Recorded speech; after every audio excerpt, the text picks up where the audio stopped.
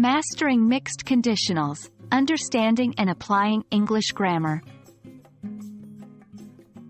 Hello, English learners. Welcome back to our channel.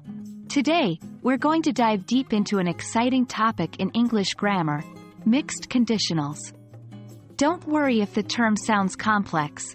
By the end of this video, you'll understand what they are, when to use them, and how to use them correctly. Let's get started.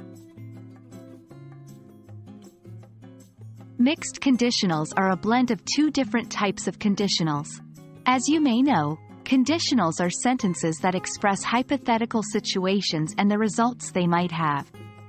Mixed conditionals, as the name suggests, mix two different types of these sentences, specifically the second and third conditionals. Here's a basic structure.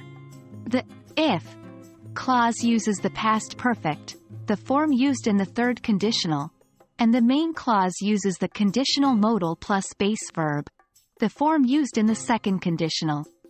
For example, if I had worked harder at school, I would have a better job now. It's important to remember that mixed conditionals often refer to an unreal past condition and its probable result in the present. Now that you understand what mixed conditionals are, let's explore when and how to use them. Mixed conditionals are used when we want to speculate about a hypothetical situation in the past and its consequences in the present. So, when you're talking about a regret, a missed opportunity, or a situation that didn't occur in the past, and you want to discuss the present outcome, that's when you should use mixed conditionals. For instance, if you didn't study for a test, past, and you're failing the course now, present, you can say, if I had studied for the test, I wouldn't be failing the course. Mixed conditionals can be tricky, and it's common for learners to make some errors.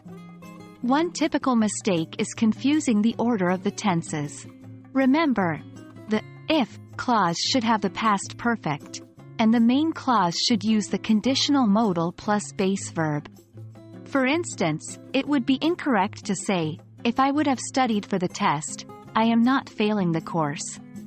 Instead, the correct sentence is, if I had studied for the test, I wouldn't be failing the course.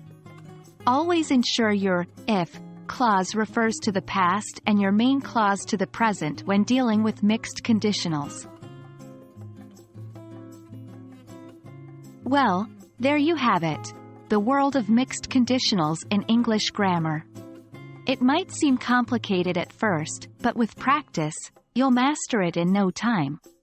Remember, it's all about mixing the right tenses and understanding the situation you want to express. Keep practicing, and soon it'll come naturally to you. Thank you for joining us today, and as always, happy learning.